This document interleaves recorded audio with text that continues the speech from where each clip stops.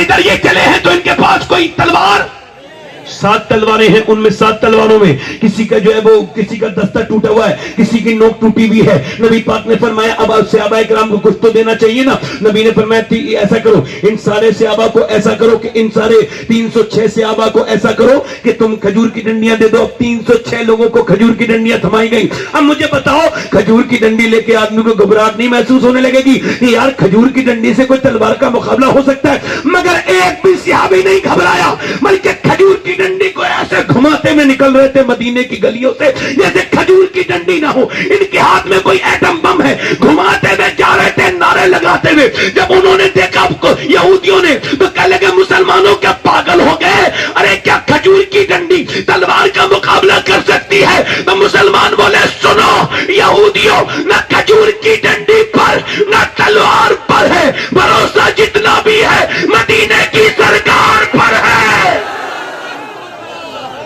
بھروسہ جتنا بھی ہے، بولو بھروسہ جتنا بھی ہے.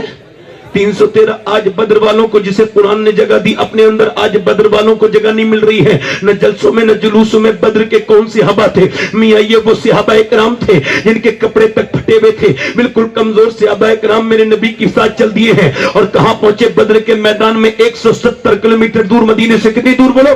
170 کلومیٹر دور. یہ اسلام کی پہلی جنگ ہے اور اس جنگ میں بولو کچھ ہے مسلمانوں کے پاس؟ کچھ بھی نہیں ہے نا. انہیں تو مٹانے کے لیے جب چلے تو پھر مجبوراً باہر کو آئے ہیں. جب باہر کو آئے ہیں میاں کیا کھجور کی ڈنڈی لے کے باہر کو نکلے ہیں. آج بھی قرآن کی یہ آیت بڑے بڑے لفظوں میں لکھی ہوئی ہے، بڑے بڑے جلی لفظوں میں آج بھی لکھی ہوئی ہے. اور بدر کے میدان میں ایک بورڈ پہ لکھی ہوئی ہے وَلَقَدْ نَصَرَكُمُ اللَّهُ بِبَدْرٍ وَأَنْتُمْ أَذِلَّةٌ. وہ کون سی جگہ ہے؟ وہ بدر کا کون سا مقام ہے جسے اللہ نے اپنی آیت بتایا، جسے اپنی نشانی بتایا؟ میرے پیغمبر کے وہ 313 صحابہ جب جا کے کھڑے ہوئے اور جب کفار مکہ نے دیکھا تو وہ کفار مکہ مذاق اڑانے لگے. وہ اٹھے ہیں، انہوں نے پوری رات جو ہے وہ شرابیں پی ہیں، انہوں نے پوری رات جو ہے نا وہ گوشت بھنے ہوئے کھائے ہیں، ان کے ساتھ ناچنے والی عورتیں ہیں، انہوں نے ناچ بھی دیکھا ہے. مگر یہ صحابہ انہوں نے پوری رات اللہ اللہ کی ہے. انہوں نے صبح سحری کی ہے تو کھجور کی گٹھلیاں ان کی جھولی میں پڑی ہیں، انہیں اٹھا کر کے انہیں چوس کے انہوں نے سحری کر لی ہے اور آج روزے کی حالت میں کھڑے ہیں. اب انہیں جو کھڑے ہونے والے ان کی مذاق اڑانے لگے. ارے دیکھو تو یہ لڑنے آئے ہیں، ان کے پاس تلواریں تک نہیں ہیں. مسلمان ایسے کہے لگا کے کہتے تھے انہیں ہم ایسے مسل دیں گے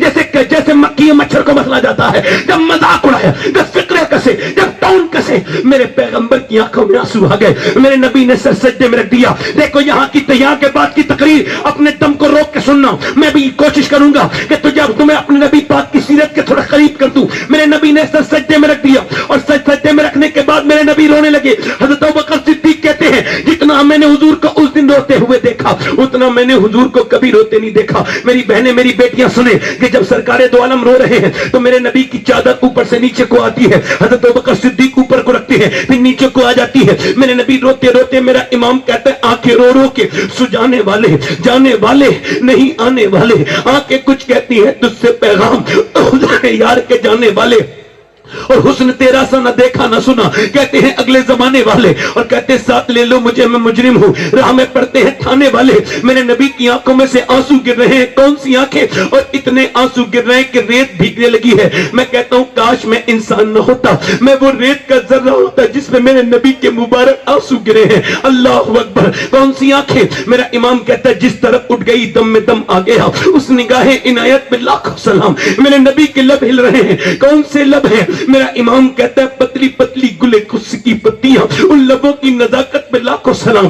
آج میرے پیغمبر نے عرض کرنا شروع کیا ہے میرے مالک جو مکے میں نے تکلیفیں برداشت کی، جو مکے پر میرے پر مظالم ڈھائے گئے، جو میرے اوپر اونٹ کی اوجڑیاں رکھی گئی، جو میرے سر کو پھاڑ دیا گیا، جو مجھے گالیاں دی گئی، جو میری گردن کو دبایا گیا، جو کہ منڈیوں میں میرے اوپر گالی دی گئی، جو میرے گھر میں پتھر مارے گئے، جو میری بچیوں کے پتھر مارے گئے، جو میرے سر کو پھاڑا گیا، جو شیب ابی طالب میں میرے میں 3 سال تک مجھے قید رکھا گیا اور میری بائیکاٹ کیا گیا. میری بیٹیوں نے، میری بیوی نے جو کتنے 9 دن تک 9 دن کے بعد پیڑ کے پتے کھائے، میری بیٹیوں نے جو پیڑ کے پتے کھائے. اے میرے مالک جو طائف میں نے تکلیفیں اٹھائی. آپ کو پتا ہے کٹھیار والوں طائف کیا ہے؟